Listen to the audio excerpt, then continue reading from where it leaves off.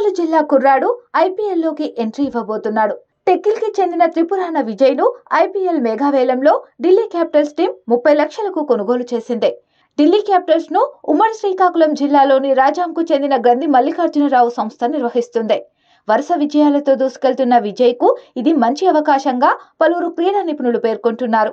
టెక్కిలికి చెందిన ఈ యువ ఆల్రౌండర్ అటు ఏపీఎల్ ఇటు రంజీ మ్యాచ్ల్లోనూ అద్భుత ప్రతిభ చూపాడు.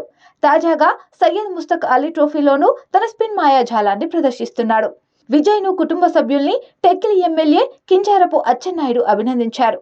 శ్రీకాకుళం జిల్లా నుండి ఐపీఎల్లో ఢిల్లీ క్యాపిటల్స్ కు ఎంపికైన టెక్కిలి క్రీడాకారుడు త్రిపురాన విజయ్కు హృదయపూర్వక శుభాకాంక్షలు. విజయ్ అద్భుతంగా రాణించి జాతీయ అంతర్జాతీయ స్థాయిలో మంచి ప్రతిభ చూపి రాష్ట్రానికి దేశానికి ముఖ్యంగా ఉత్తరాంధ్రకు మంచి పేరు తీసుకురావాలని కోరుకుంటున్నానంటూ ట్వీట్ చేశారు.